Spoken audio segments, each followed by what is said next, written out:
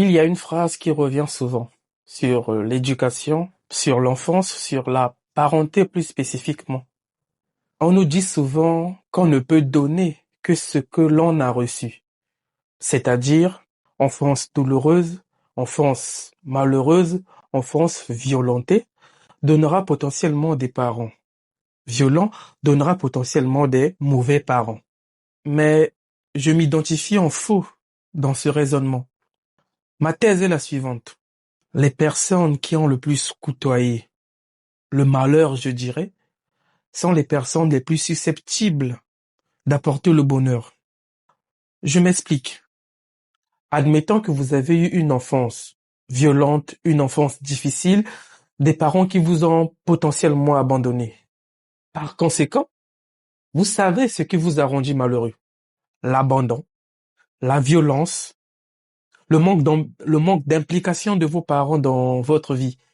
Vous savez que c'est ces causes-là qui ont engendré une enfance potentiellement désagréable. De ce fait, vous n'allez pas faire subir cela à votre enfant. Vous savez ce qu'il ne faut pas faire. Vous savez ce qu'il ne faut pas faire lorsque vous serez parent. Prenons en compte le cas d'une personne qui a eu une enfance potentiellement stable. Cette personne-là, elle peut décider de reproduire cette même éducation à son enfant, mais elle n'a aucune garantie que ça marche.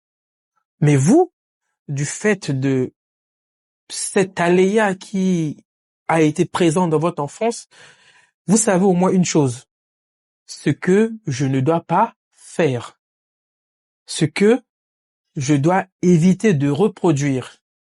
Dans l'autre cas, la personne, elle ne sait pas ce qu'elle ne doit pas reproduire. Elle sait ce qu'elle doit potentiellement faire, mais elle ne sait pas concrètement ce qu'elle doit éviter, puisqu'elle n'a pas eu cette expérience-là, qui est le malheur qui est une expérience, et le bonheur qui n'est qu'un idéal. On suppose que ça marchera.